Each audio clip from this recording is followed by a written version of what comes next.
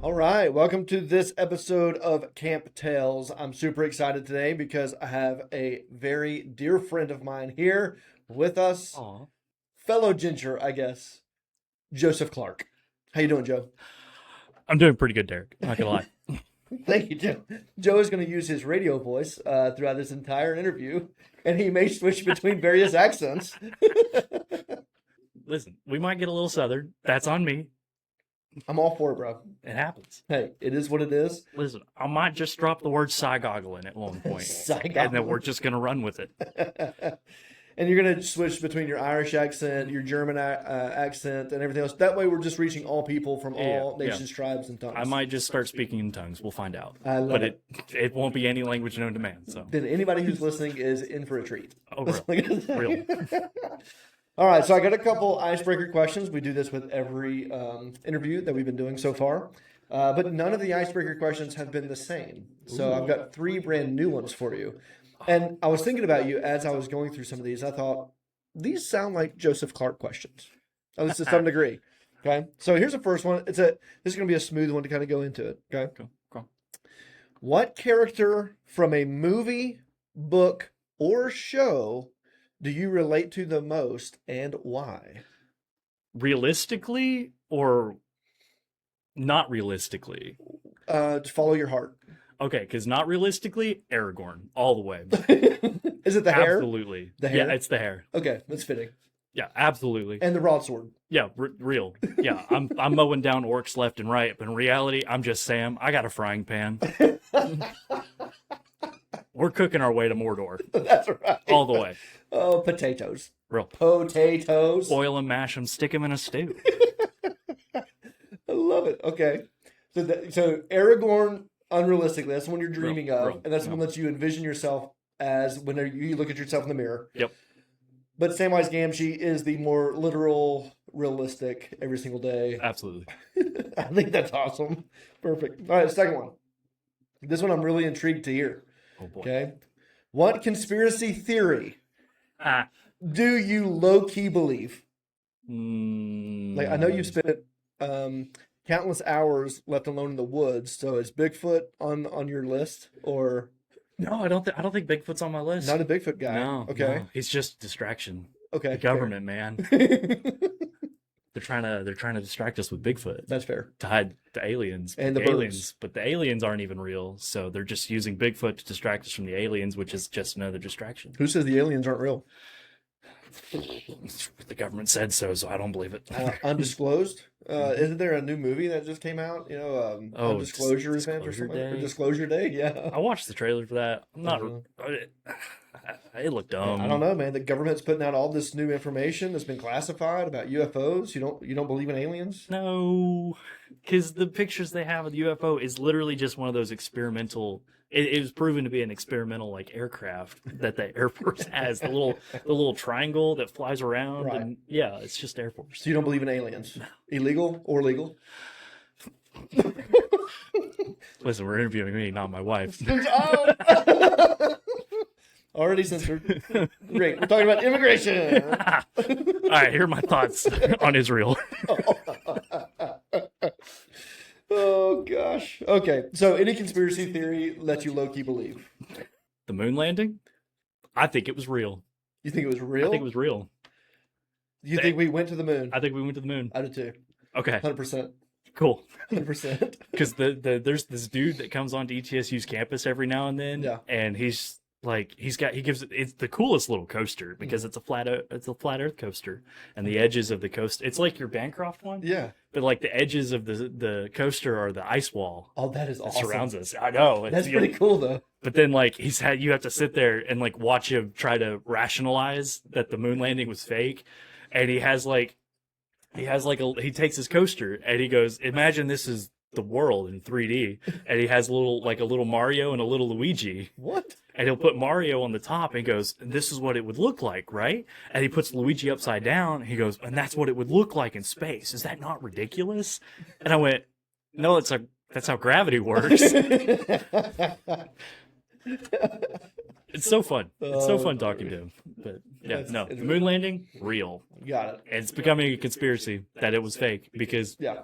Americans. Yeah, it's gotten. Yeah, there was a big push for that over the last year or so. Just Give or take. about. I think one of my favorite podcasts, Honey Cosmos, actually did an entire episode Hmm. on the moon landing and whether or not it was real or fake. Yep. Just because it was such a big deal. Now, there's some really interesting stuff in all that. But anyways, a little plug for Honey Cosmos, just in case anybody ever wants to listen to it. I'm a fan. A lot of cryptids and conspiracy theory podcast talk from a biblical Christian worldview. Ooh, There you go. love that. I like it. It's a lot of fun. Bigfoot's just McCain. He's a fae, actually. Oh, he's a fae? Yeah, I would say he's a fae. So I always thought he was the Cain, and all of the hair is just the mark of Cain, you know? Oh, that would be good too. The third one, and this one I feel like is really up your alley because, and you're tell us a little bit about yourself here in just a minute. But Got it. what book or series do you wish you could live in? Do I have to live in the book's events?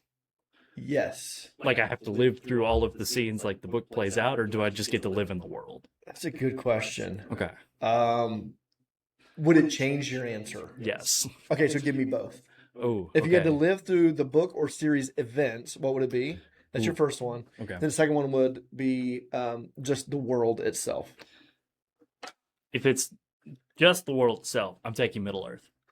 I'm gonna be chilling in the Shire. Yeah, I All day. don't blame you. All day, every day. Yeah.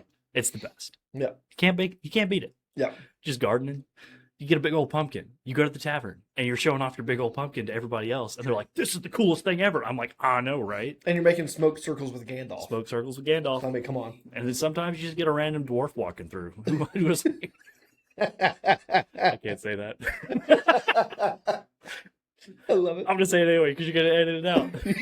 Who doesn't like to watch a little dwarf just walk through your front yard every now and then? It's hilarious. Little people? Oh, sorry, my bad. Yeah. I didn't know this was a politically great podcast. I don't really care. I assumed JT was on it, so it was not. It's funny. All right, so live in is Middle Earth, Absolutely. hanging out in the Shire. Yeah. All right, now what book or series would you live in and actually go through its events? Ooh, gotta be sci-fi. Oh, yeah? Yeah, it's gotta be sci-fi. Why? Because if I'm gonna live in Middle Earth, I'm not leaving the Shire. Mm. But if I'm gonna be out there doing like going places, I gotta go to space. Yeah, I don't know. I don't know That's which such one. a great point. I don't know which one though, because like you could do Star Wars, but then like, Yeah. I don't want to speak Wookiee. That sounds really hard. But you kind of look like a Wookiee. Right, but looking and speaking ain't the same thing. Well, that's fair.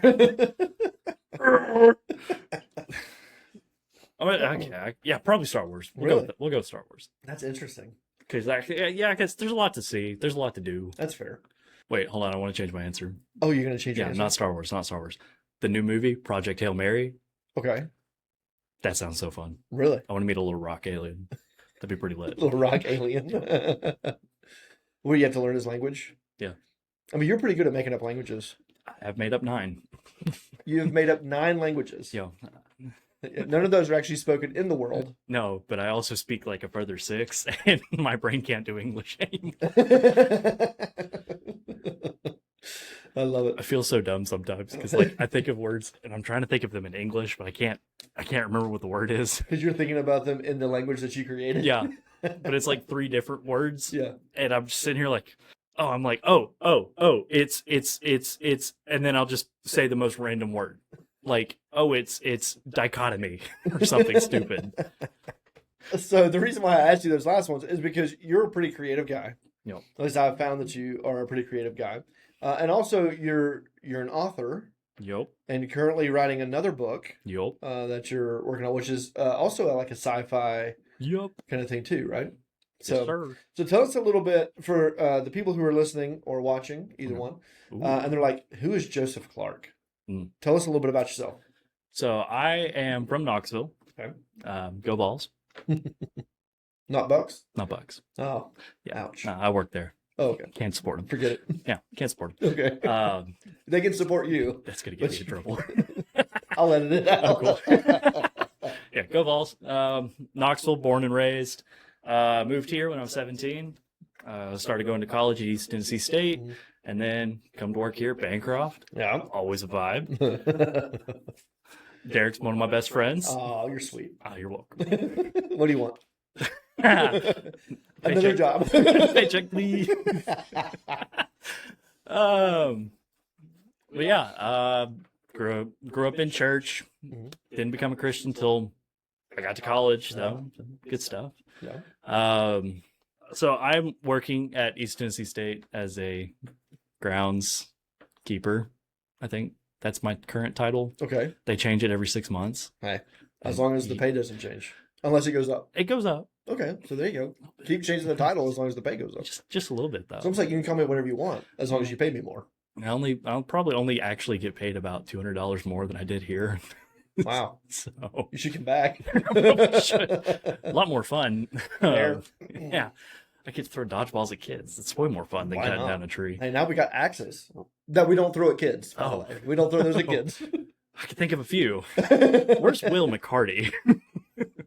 He's a counselor this summer. It'll be great. Ooh, so he's fair game then. That's exactly right. He didn't have to fill out the release form. No. Even though his mom would probably sign off on it. And while I'm not doing that, I'm either at home writing a book or reading a book or hiking. Yeah. Which just constitutes walking around. Yeah. I mean, in a sense, yeah. I don't actually climb the mountain anymore. You just stay at the bottom? I'm just tired. You just circle the mountain? Yeah. You never go up it? I'm just kind of tired. I look at it and then I get tired. I love it. Is that what getting old's like? Yes, actually. Cool. Okay, because my back kind of hurts now. Well, then you're definitely old. Dang it. Yep. Welcome. I'm not even 30 yet. Thanks for joining. Man. All right, so let's see. You've actually recently had some pretty amazing news, personal stuff. Tell us a little bit about that. I am going to be a dad. Lord help us all. That's going to be wild. Yeah. I feel sorry for the child. And if it's a carbon copy of me, I feel sorry for Delaney. And I feel sorry for the world. See, my niece is a carbon copy of my sister. Okay. And that kid is absolutely feral. No. I could see you as a feral person. But I'm not that feral. You're not right now, but I could see you as a feral person. I wasn't really that feral as a kid, though. I don't know. I mean, you told me stories about how your grandfather would go and drop you off in the woods and be like, see you in a couple days. Yeah, it's called fun. Good luck. Yeah. Like, you are feral. I could see that. But, like, I was the sarcastic kid. Okay. Right? I never did anything that would be rule breaking. I got the others to do it for me. We just blame it all on Jacob. Hey, that works. Like, so it was Kaylin. Kaylin's the older sister. Okay. She was always the initial planner in all of the bad things that we did. Right. I would make them worse. And then we would get Jacob to do our bidding. And then Jonathan would tell on us. Well played. It just went down the chain there. It's like there's one time we're at the Walmart and Kaylin goes, "We should get this giant spider."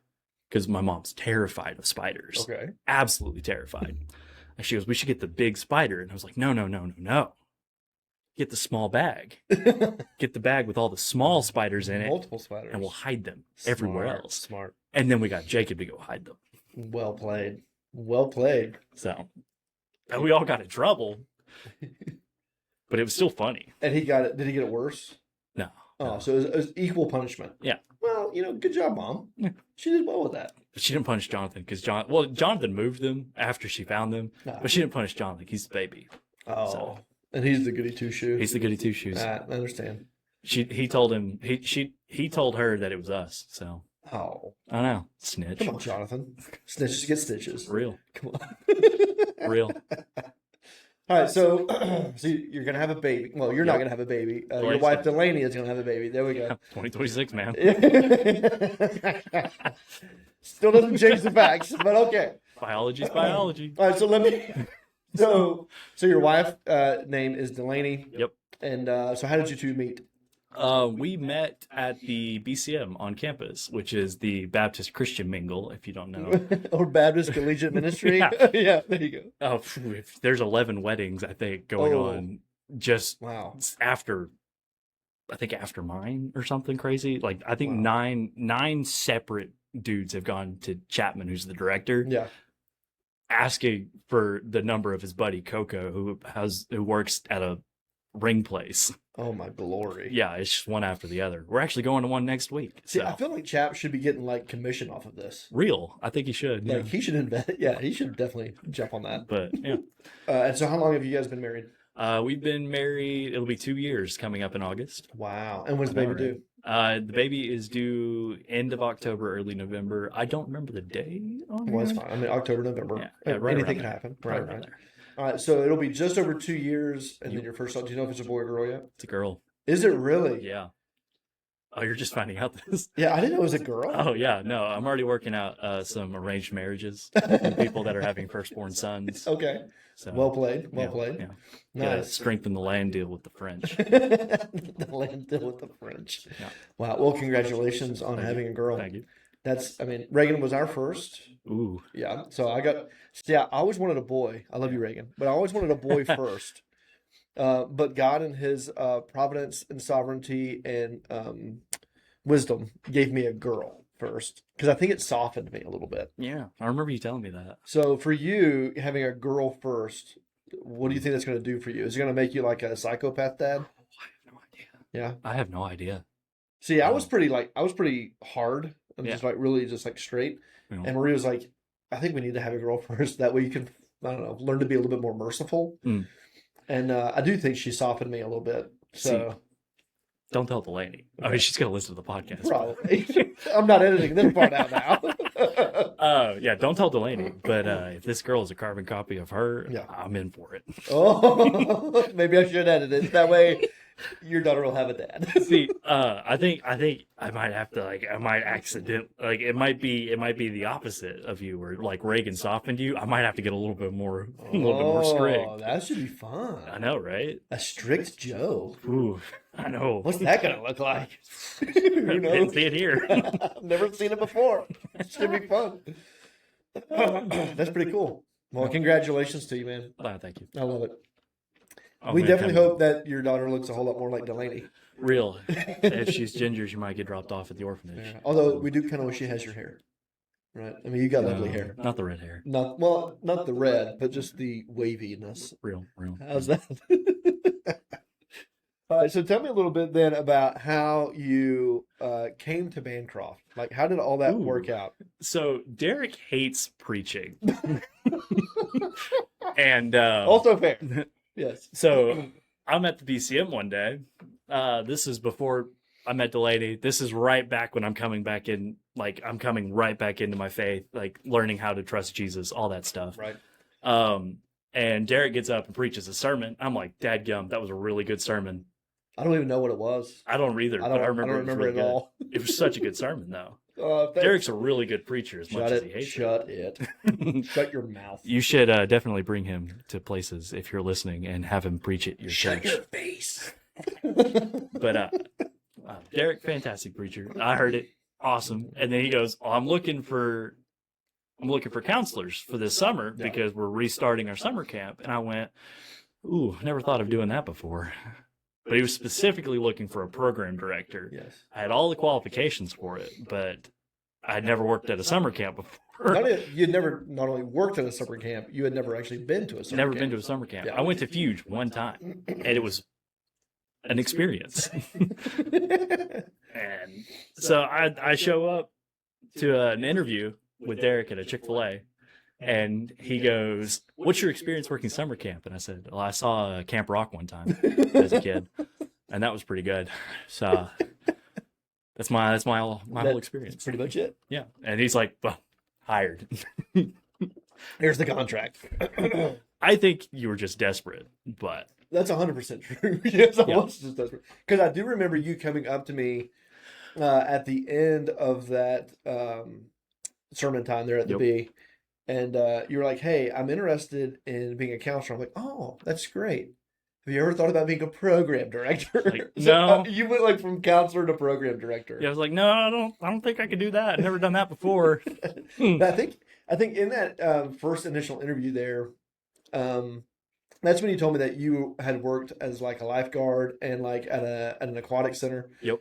And so you're like, I have to oversee like these other staff members and work schedules and make sure nobody dies in the pool. I'm like, that's basically what a camp counselor and program director is. And then you just made me lifeguard too. So it all worked out. See, God knew.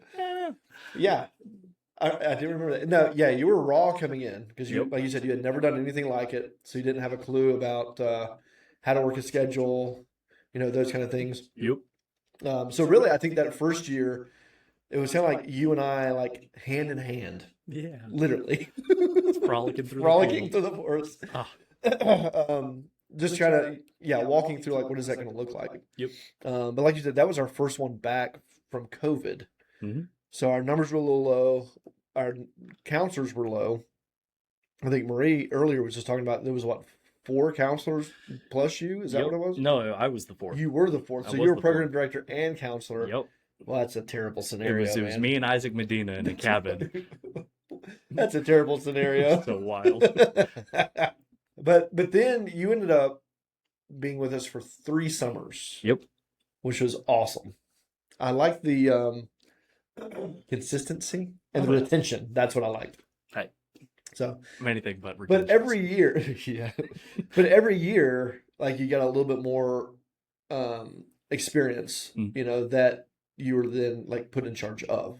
Right, so it's like a little bit here, and then okay, next year you're going to be doing this now. And then you let me do the chapel recaps, and then all of that went out the window. Yes, because I started drawing on the board and like making connections that made Walker's brain melt. No, that's true. That's true. It was great. He came up to me one time. It was like, "I have a headache now." And I was like, "That means you're learning, Walker." And that means I'm doing my job. Yeah, giving you a headache. Go to the nurse.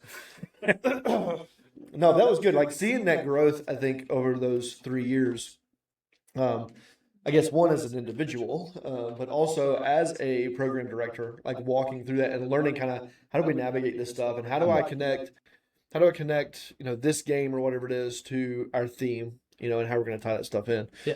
Because like to me, watching you over those 3 years, again, like you're very gifted, you're very creative. You're welcome, Tier. But like you were like. What is in the Hunger Games, like the guy who creates the PETA? Well, no, not PETA. Oh, no, not that guy. But it's the guy who like creates the entire game. What's his title? Game maker? Is it game maker? Game master? I don't know. It's been a while since I've read the Hunger Games. That's pretty much what you were. They came out with the last 2, and you just quit. I just quit. Yeah. And that's pretty much what you were, though. You were the guy, like, you came up with some crazy games. I'm like, what do you even... Can I remember you coming to my office and be like, hey, I've got this great idea for a game. And you start going through it, and I'm like, I have no idea what's happening in this game. Force splinters. Yeah. It's like, hey, Derrick, we need to buy 70 pairs of chemistry goggles so I can duct tape them so the kids can't see. And I'm like, so why are we buying the goggles? You're like, well, they can see, but through a little sliver. Yeah. It was great. It actually was a fantastic game. I think we only had like 2 or 3 injuries that whole summer. And we were all running around on gravel that we couldn't see. Only 2 or 3 physical injuries. Yeah. A lot more psychological injuries. A lot of PTSD now from some of the kids. Yeah, like you were coming up with some crazy stuff. I think we were even talking about downstairs a little bit ago, like Ultimate Grapefruit. Back from the youth group days. Should we just explain to our audience what Ultimate Grapefruit is? Dude, okay. Ultimate Grapefruit is a game that we used to play in my youth group way back in the day. Okay. Game of necessity. Okay. Right? You have a grapefruit, you had a soccer net, and you throw this grapefruit into a soccer net. Yes. It's a mixture of soccer and Ultimate Grapefruit, but you're not kicking the grapefruit. You're just chucking it at people. So is it more like Ultimate Frisbee? Yeah. But without a Frisbee. Yeah, but you can take some steps, too. You're just chucking a grapefruit. It's hilarious. Especially as it begins to deteriorate. Right. Like, it falls apart. If it breaks, you pick up the bigger half and you keep playing as is. See, and the whole thing, I'm sitting here like racking my brain because I needed one more game that summer. And I'm thinking, oh, wait, I could just convince kids that throwing a grapefruit in a field for an hour and a half is great entertainment. And it was. That's right. I legit had them singing the Star Spangled Banner one time before the game started. We like pick a camper. You're to the front. Yeah. No. Oh, Well, we played the Whitney Houston version. that's right. I was like, all right, what version of the Star Spangled Banner should we play? And Jude's like, Morgan Wallen. I'm like, absolutely not. We're playing Whitney Houston's because Charlie Puth hadn't put out his last year yet. So, yeah. That's too funny. I think we actually are bringing that back this summer. It'll never die. I don't think they don't play it at my church anymore. Sad. It's so sad. They changed it to Ultimate Cow Tongue. Cow tongue? Are they actually throwing a cow tongue? Yeah. It wasn't the same because the cow tongue doesn't break apart. Let's see, that's no fun. And if it did break apart, it's worse. A little bit, yeah. But you're throwing a cow tongue. It's just it's a frisbee. You're playing ultimate frisbee at that point. It's just not as fun. I don't want to throw a cow tongue around. No. Grapefruit. Most people don't even want to touch a cow tongue, much less chuck it through the air and pick it up off the ground. Grapefruit, heavy. Yes, it'll thump you in the chest if you don't catch it. I love some of the pictures that we've got on Facebook where like a kid's going up to catch it and it's breaking apart, and you just see their face and it's just like splash all over them. Oh, it's awesome. I love it. And yeah, then you came up with the goggle game where you couldn't see anything. Yeah, and you got radio static. It was a mixture of Slender Hill, that old Silent Hill with that old game on I think it's the PS1. I think it was on a couple different consoles. But it's based off the original because like in the Silent Hill, the map's covered in fog, and the only way you can see the monsters is radio static on the radio on your hip. And so I was thinking about it, and I was like, oh shoot, we could just blind these kids, have the counselors walk around with radio static. And then I was like, oh, hold on, we need an objective now. Oh wait, we actually need to have a point. We have to have a point to why we're doing this. Other than scaring the children. So then I remembered, I thought back, and I was like, Slender Man. You had to go around and get the little pieces of paper to put the letter together. And I thought, we have a theme verse. I'm just going to break it into scraps of paper. One could say that it was just a method to get back at the teenagers who had harassed me for the last 2 years. True. One could say that, and one probably should say that. Absolutely worth it. Oh, heck yeah. So. Yeah, and we still have the goggles, actually, just in case we ever pull it back out again. Just in case. Exactly. Yeah, you came up with a number of very interesting games. There's no doubt about that. They're very memorable ones, just because we still have campers and counselors now talking about them, that they played them when they were in, when they were in camp. So that's a testament to your game-making creativity. Yeah, and again, the majority of the time you would come in and start explaining the game, and you were like uber excited. Yep. And I just started like glazed over because I'm like, I have no idea what the rules of this game actually are, but if it works in your head and you can run it. Yeah, I was pretty much just like, take it, Joe. There's no way I can explain this game. So have at it. So tell us a little bit about, again, like your time at Bancroft. Like what were some good memories that you had? So like for you too, and as you're thinking, so and for our audience, like Joe, he came on. He was never a counselor, so he just served as program director all 3 years. Yep. And that was pretty much the role. That and lifeguard. Yep. So you had to do that. And so like you did that for retreats and for camp for 3 years, just covering all of that. And the way that we kind of run our camp programming is we have a spiritual overall theme. And then we have like 3 aesthetic themes, one for the spring, one for the summer, and then one for the fall, to where if a camper comes to all 3 of those, they're going to get a full gamut of this spiritual topic. And usually if you come to one, the next one you come to kind of builds on the last one, kind of a thing too. So like we did, I think 3-course meal. It is like a 3-course You get your appetizer, your meal, and your dessert. Oh, and it's all Jesus. Shameless plug. Come to Bancroft, all 3. There you go. I like it. Yep. Sign up today. So the first year that you came, our theme was heroes. Yep. So we did a lot of like DC versus Marvel kind of stuff. Yep. Yep. And we had Thor's hammer. Oh, we had the spirit hammer. The spirit hammer. That's right. We had that. So we split the campers up into 2 groups, Marvel versus DC. That's right. And then every game, every activity that we went to, they competed against each other. That's right. And whoever won the day got the hammer. Which I still have it. It's actually sitting right there in the studio. You still have my Zelda sword from the second year? No, it broke eventually. Oh, do you have the shield at least? We did. I don't know what happened to it. That's okay. It'll turn. Yeah. So the first year was Heroes.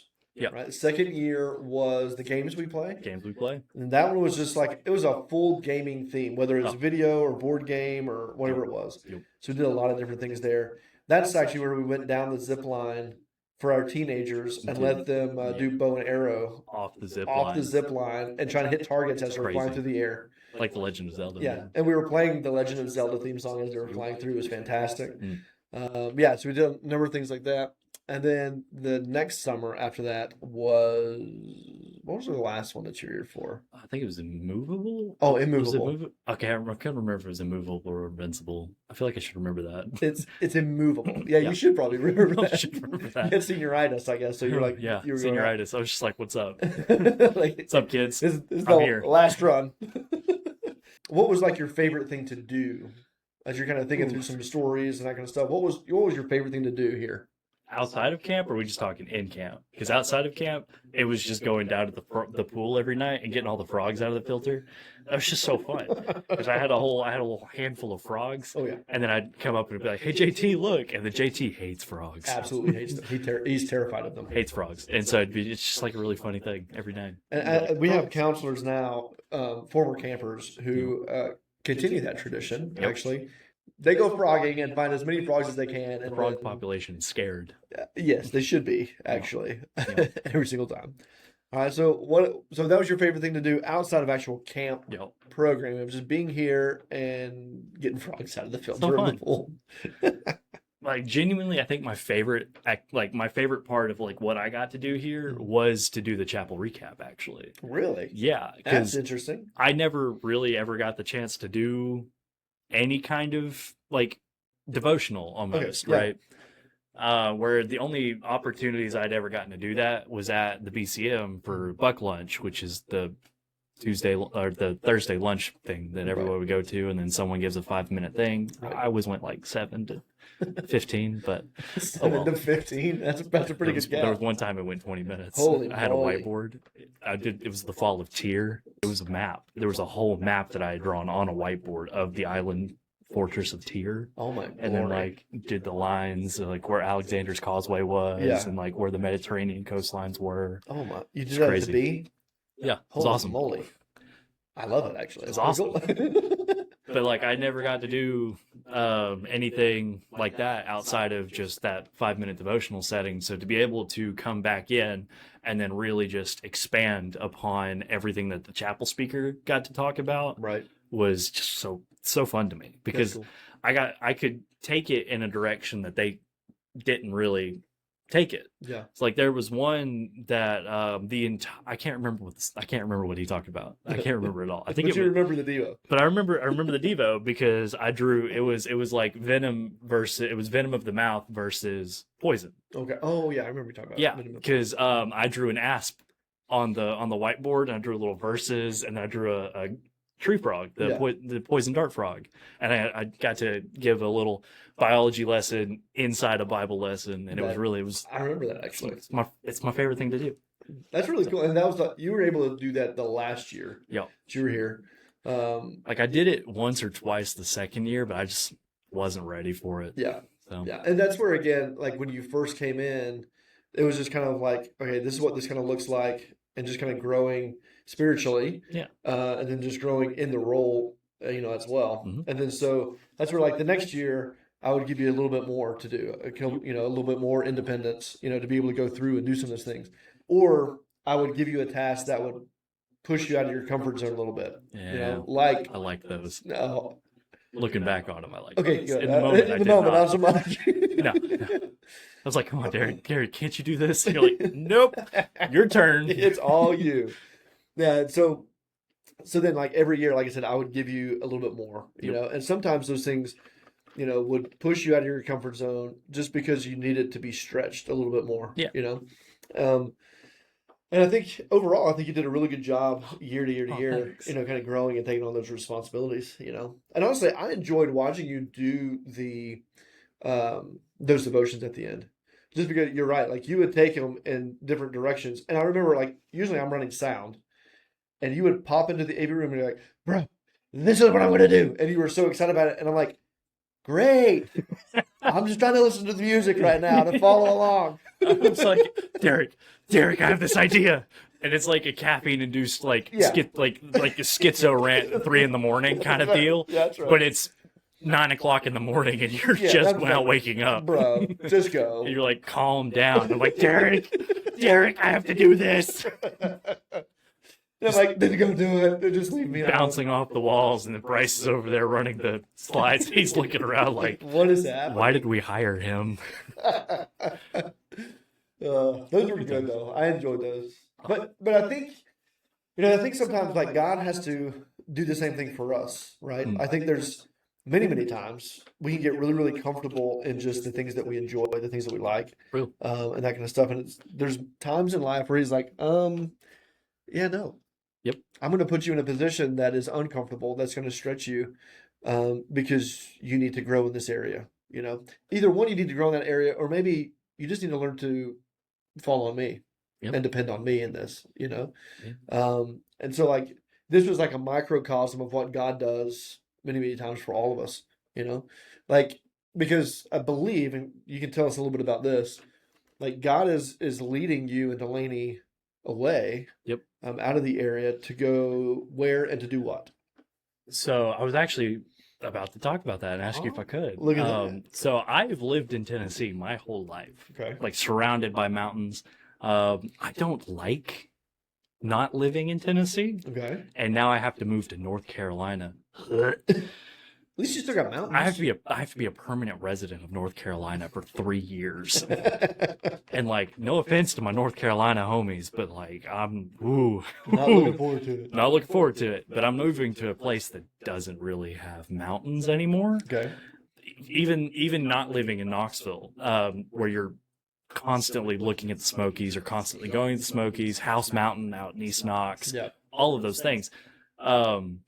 In Johnson City, my back porch looks over Buffalo Mountain, and my old apartment before I got married was nearly on the foothill of a mountain. That's cool. So I wake up every day, I drive to work, I drive to school, and there's a giant mountain in the way. Yeah. And it's so cool to look at because I'm like, yeah, God did that. That's cool. Yeah. And there's usually some cool looking cloud over top of it. Sure. I mean, Smoky Mountains. So It's so cool. But like moving from that to a flat place. Yeah. Ooh. Now, where in North Carolina are you going? Wake Forest. Wake Forest. Yeah. So you going to school there? I will be attending Southeastern in the fall. God Southeastern willing. Baptist Theological Seminary. God willing. Wow. So. And what are you going to be doing there? I will be studying biblical counseling. Woo! One could say I was inspired by Bancroft to pursue that. Because one could say because when I was in college, when I first started working here, I was a history major. that is true. You were. Yeah, and then I switched to human services, and I told JT what I was going to do, and JT looked at me like I was crazy. I'm going to be a counselor, and he goes, "You're going to do what?" So biblical counseling. Yep. Interesting. So, okay, so you're heading to Southeastern Baptist Theological Seminary in Wake Forest, North Carolina. Wake Forest, North You're going to Carolina. be studying biblical counseling, Mm-hmm. right? And do you have plans with that? I would like to work in the capacity that Jonathan Chapman does, right? Okay. At the BCM. All right. To be Like campus missionaries? I love college. I love working with college students. Right. Like I did polo, which is the preview orientation leader Oh, that's right. group on campus at ETSU. I did that for 4 years. Okay. You're only supposed to really do it for 3, but But you were just I'm that special. good. Yeah. I'm special. No, just because I never graduated I was that gonna last year. say. But I also did that while working here at Bancroft that first year. If Yep, you remember, I that do. was I almost got a speeding ticket one time trying to get back. That's But true. That's beside the point. Thank I'm you not for gonna not getting it. not going to admit that on camera. Statute of One could limitations. say One could say that you that I almost got a speeding ticket. might have almost gotten a speeding ticket, and one could say that I definitely did not whip it down a back road to evade getting pulled over. In my 2001 beige Ford F-150 that I sold because it's a piece of junk, and I might have broke it doing that. Oh, glory. Oh well. Okay, so you would like to work campus missionary. I would love That to goes work well. campus missionary. I love working with college students. Yeah. Now, do you care what college? Or is it specifically like, would you want to go back to ETSU? Ooh, no, I think no, because Wes Andes, who's one of the guys that used to go there, he has a claim on Chapman's job, so I can't do that. Ah, gotcha, Yeah. gotcha. He called dibs. Oh. So. Now, would you want to do something like through like the BCM at like another campus somewhere, or are there other organizations for that? I would love to stay with the Baptist Mission Board. Yep. All right, so let's talk a little bit again about your time here at Bancroft. Yeah. Okay. So tell me a little bit, like, what are some things maybe that you learned in your time here Ooh. that have impacted you or kind of helped you, I guess, like with where you are now? Ooh, okay. So I learned a lot about patience. True. Especially working with some of these kids, man, there were some, you had to be patient because if you weren't, they were going to go meet Jesus, and Derrick would have been out of counselor for the summer. And maybe even out of a job. Probably, So, yeah. You had to learn patience, man, and I think that's just gonna keep coming back with however many kids God blesses us with. That's fair. So yes, that I don't think you ever learn patience completely. No. I wish he would hurry up and teach it to me so we can move on to the next thing. Well, see, that's always scary because I've always heard like never pray for patience because then God's going to put you in positions where you have to be patient. Let's hurry up. Let's get on to the next thing here. All right, we've already learned patience. We've got patience. Next. Let's move on. Speed up the process. Let's go.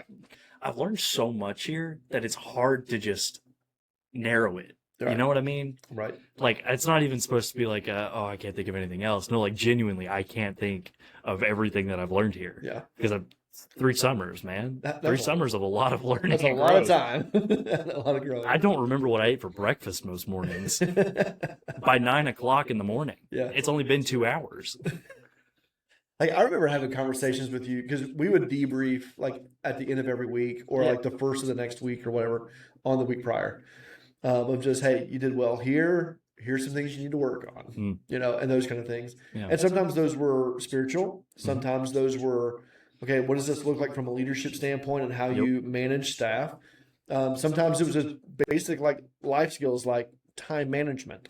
You know, what's that? Or getting up on time. I can't talk. Well, I get up on time all the time now. Yeah, so you don't have a choice. I don't have a choice. Exactly. I have to be at work at 6 in the morning. And trust me, when the child comes, you're going to be up even when you don't want to be up. It's so fun. It's going to be great.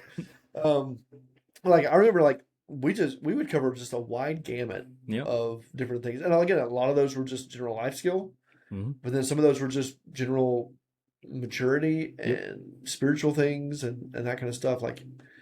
Yeah, we talked about, I don't know if you actually learned any of them, but we talked about them a lot. We talked about a lot of things. I learned a lot of things too that I actually brought into marriage, like keep the dishes clean. There you go. In the kitchenette. Please. Which I did the entirety of the 3rd year. Every time that kitchen was not clean, it's because Will and Hayden destroyed it. There you go. Passing the blame. That's what we like. Yep. Taking responsibility as the leader. Delegation. Delegation. It's like it's not shirking responsibility. It's just delegation. Yeah. The one time it wasn't clean and it smelled like death was because they left that crawfish in a container. Well, it was and I did not know it was there. That was so bad. I didn't know it was there. That was the worst. And I go, Aunt Evelyn comes in and she goes, Derrick, it smells bad. And then you come find me and I'm sitting down there at the rock wall and you go, hey, it smells like death in the kitchen. Go figure out what that is. And I go in there and there's a crawfish in a Tupperware container behind the door. Yep. It was alive. Was not anymore. Oh, that's so bad. Yeah. That was bad. It's like, yeah. And I hate that Aunt Evelyn was the one who had to find it. But at least I cleaned it. I didn't make Hayden and Will go clean it. I took the responsibility and I did clean it. See? We're learning. Growth. And now there's a child on the way. There's a child on the Let's way. hope you learned those lessons. Delegate blame to the kid. Fair. If it's a carbon copy of me, it's definitely their fault, not mine. My favorite story. All right, here we go. From all of this is that one time that we had that church rental group, the big one that they rented out the whole camp for a week, and we bought all of those monk robes. And we were going to wear them on the first day of camp when their bus rolled up. Yeah. But then you went, no, we have to think that we have to make them think that we're normal so they don't immediately turn around and leave. You guys can do that on Wednesday. Yeah. Yep. And then we waited till Wednesday. We waited patiently for Wednesday. You did well. And we all put on our monk robes and we walked around camp just in the monk robe, blaring liturgical music. Chants, like, yeah. It was like Gregorian chants. Gregorian chants. I was like Media Vita, right. the terrifying judgment, and we're just walking around, hands folded, hoods up, just. But then didn't we play? Was it Infection or something like that later that night? Yeah. And so like you've got monks out in the yard with like Nerf guns shooting kids. I had that was also the time that Andre and Isaac, I think, got into a little spat at that one point, and I go, guys, it's not that serious. And I turn around and it's Holden Reed wearing his monk robes and a tactical like plate carrier vest. That's right. Holding a loaded Nerf gun, running with a gaggle of children behind him. And he's like, "We gotta go, kids!"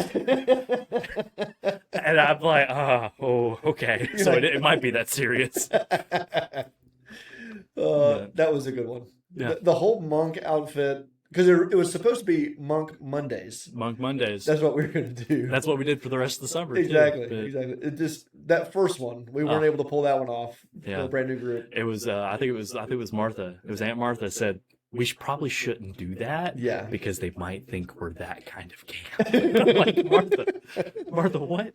But we are.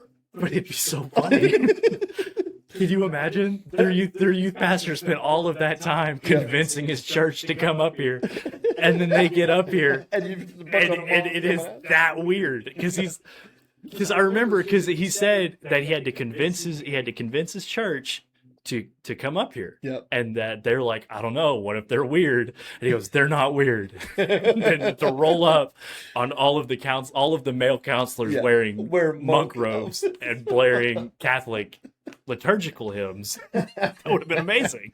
And then we told that group later in the week, hey, this is what the plan was. And the leaders were cracking up. They're like, that would have been the greatest thing ever. I think my second favorite was actually like, it was more of a growth kind of opportunity for all of us. Okay. Because that was the summer that it was Isaac, me, and Andre in the apartment 3 down there. Mm-hmm. And Isaac cannot sleep in a room that is warmer than 70 degrees. Which in the summer it gets pretty hot. Yeah, it's a little steamy. Andre is a German who has never lived in a house or been anywhere with an AC unit before he came here. That opposing the clash all summer, clash of culture. It was so fun.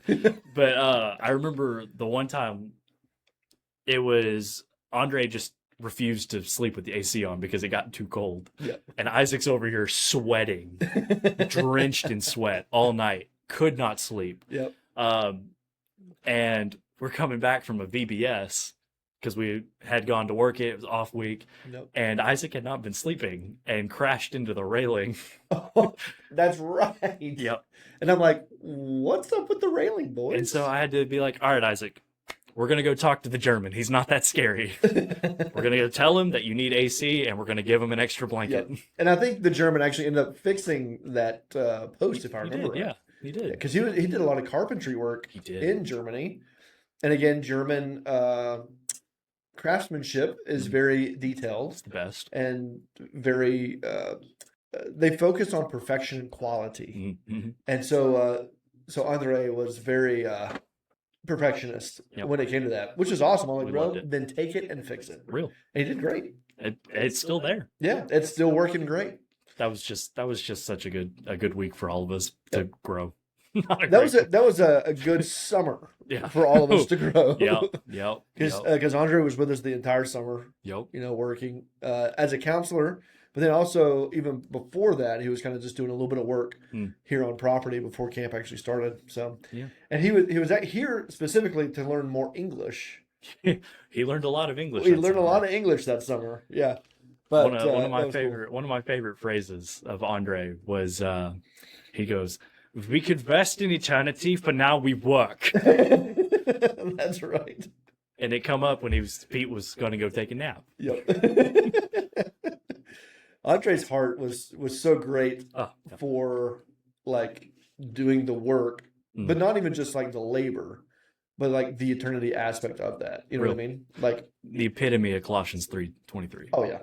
And he was hyper focused on it, which was and he wanted to do such a good job. Again, I think some of that was the German in him of wanting just to be like, I need to do this right. Yep. You know, the entire time. Germans. We still have his radio. He wrote the rules for radio. The radio rules. Yeah, we still have those. And then we quasi made fun of it, but they were actually, but they worked pretty really effective. well. I gotta say, it worked really well. Exactly. And then we just pretended that we were all Andre one time That to is Meredith. True. Yeah, because he wasn't here. Everybody was talking in a German accent on the radios. Andre to all.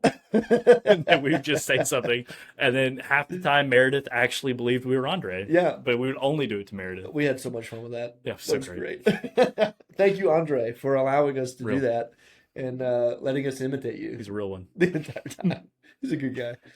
You remember I used to play paintball with the sword. Oh yeah. Yeah. The massive broadsword. So yes. Okay. So for context for the viewers at home, we didn't have enough paintball guns for everybody back then because they used to break a lot. Yeah. So we used to pit the campers against each other. They would do paintball, teenagers, not the children, of course. And then at the end, we'd play capture the flag, campers versus counselors. Right. And so that first summer, it was just me, Isaac, and Billy. Yep. Because Mackenzie and Alyssa had to referee all of it. So we didn't have enough guns. Billy brought his own. Sure. And Isaac had this kind of broken one. And so I was like, all right, yeah, I guess I'll play with the sword. Yep. And I got a lot of sword kills. Yes, you did. All summer. There was a rental group one time, and we did that to him. And I had I went full in on this thing, on this just aspect of playing the game. And I got a foam weighted throwing knife, like a weighted foam throwing knife, and a fake, like, rubber plastic knife. Yep. Yeah, just in case I lost the sword. And so we had a rental group one time, and it was me, Isaac, and Billy again, because that was just that first summer. Yeah. And there was a moment. Actually, I'm going to backtrack. Okay. Because we got to backtrack for a second. Billy liked to hide in the woods. Yes. Yeah. So capture the flag worked. You had the flag there. The campers would run at you, and then we had to stay far back, eliminate the children, right? So they don't get the flag. Makes sense. Billy would wander off into the woods and just disappear and just start sniping kids. They couldn't find him. That's right. They couldn't find him until he got up because he was out of ammo. But Isaac had this really funny way of playing capture the flag where he wasn't playing defense. We weren't going to capture a flag. We were defending the flag from them. And Isaac would move up in front of the flag and start going on the offense against the children. That was always hilarious. And so, okay, but back to this rental group we had. It was a youth group that had come up, and we eliminated all of them that were playing except for the youth pastor's wife. I don't know if you remember this one or not. I don't remember this. Okay, so I got Billy in the backfield hiding in the woods, and I've got my fake knife like crawling through the underbrush trying to get to her. And Isaac's running out of ammo, and all I hear from Billy is, "I'm gonna keep her head down. Go get the knife kill." And so I'm crawling through the brush, and then her husband, the youth pastor, is literally on the other side of the net, like pointing her out, like, "Get her, yes." She does not know I'm there. On the other side of this barricade from her. Oh, that's bad. That's so bad. And but right before I got the knife kill, she popped up and Billy accidentally shot her in the mask. Oh no! And I was like, "Dang it!" You're so close. But then she looks down and sees me there with the knife in my hand, like full on feral mode, and she freaked. See, I told you could be feral. It was great. It was so fun. But I used to play paintball with the sword, just cause. And then that second summer, Andre challenged me. He said, "There's no way that you could get more than like. There's no way you could get a kill." Yeah. And I got 7 in a match. because I snuck all the way around in the woods and I popped out like a dadgum berserker with my broadsword, and half their guns weren't even looking at me, and they're like, ah! And I'm just like, whack. Taking kids out left and right. Yeah, left and right. It's hilarious. I love it. I love it. And then I got pinned, and then I got shot by my own team. I think it was Jonah. Who's the worship leader that week. He shot me in the mask. Thank goodness, because I had told the kids that they could shoot me point blank. Ooh. And I turned around, and I had Jude with the barrel 6 inches off my back, right about to shoot me. He was ready to go. He was ready to get me. It was hilarious. I love it. I love it. So what would be one thing or two, that you would want, I guess, our audience to know about Bancroft and how it can impact people? I love this camp so much. So much. Everyone here, they're such good people. Like, we call Aunt Martha. Like, normally that's like a weird thing to do, right? You go to a business, a place of work, and then the people there are like, oh, I'm aunt, or like, I'm uncle, whatever, or like, call me mom. No, that's weird. But then, like, I come here and I'm Aunt Martha, and I'm like, yes, you are. Yes, you are. Yes, you are. But that's what it feels like. Yeah. To me, it's family, in the words of Vin Diesel. Yeah, the words of Vin Diesel. It's family. Yeah, the theologian. But like, not even joking though, because like, I come here as an absolute stranger, and now I left that last year, and I was breaking down in tears. Yep. I'm only here for 3 summers. Yeah. Like, I can't imagine what that was like if I was like Will or Hayden coming here when I'm 7, 8 years old, and then now you're a counselor. Yeah. And then you also have to leave one day, and that would, I don't know if I could do that. I would agree. I think that's one of the things I love about Bancroft and the ministry here is that, like, it does feel like a family. Yeah. Like, you come and you become part. And I think JT and I did a podcast episode on community, like body of Christ kind of stuff. And just the idea of family as well. Like, we have biological family, right? But we also have like the body of Christ and the family of God. But then we also have like these tribes, that we find that we're parts of throughout the course of our life, and those, vary and change. But it's one of those things, like, there's a Bancroft family. So it's like, if you've come as a camper, you've served as a counselor, program director, or whatever affiliation you have, like, you're all part of this Bancroft family. Yeah, I would agree. Which is, everybody's like close. So like, and like, we'll have counselors and whoever who come back after a couple years, and it's like, nothing's changed. They're a celebrity to these kids almost. Yeah, right. Like, Billy shows up and these kids freak. Yeah. They may not know who Billy is, but like 1 or 2 of them know who Billy is, and that's enough. Yeah. And everyone else is excited about it. It is so cool to see that kind of stuff too. And I think some of that goes back to, especially like the campers being excited about like counselors coming back and seeing them. I think that kind of speaks to, again, just the impact of camp ministry. Real. Right? Like, because again, like, we're with these campers for really a short amount of time. I mean, you've got 5 days, right? If you're an overnight camper, you're here 24/7, or I guess 24/5 is what that would be. Not even 24/5. Yeah, it's like 24/4. A little bit less than that, right? So, like, again, it's a short amount of time, but the impact that can be made in such a short amount of time, to me, is remarkable, and it's lasts. It's an impact that lasts. Which is why even now, like, we have people who drive onto property just out of the blue, right? And they're like, yeah. Like, I remember when I was a camper here back in the 60s. I got saved in Faith Cabin at this bed. Right. And you're just like, what? Absolutely. Yeah. A dog. Yeah, it just keeps coming back. And so, like, you've got this, there's an eternal impact and there's a life-changing impact to where it doesn't matter if it was 1 summer or if it was 3 summers serving as program director or, whatever it was, or you grew up here. Yeah. There's always just this Bancroft family and this the impact that can be made through camp ministry, which I think is remarkable. Never been to a traditional summer camp before at all. Yeah. And I would not be the man I was today if I did not come work here. flat out. That's 100% honesty. Wow. So I hope that's a good thing. I'm definitely a better person. Okay, so, good. We'll go with that. Yeah, we'll go with that. Yeah, and I would send my kids here. Absolutely. Yeah.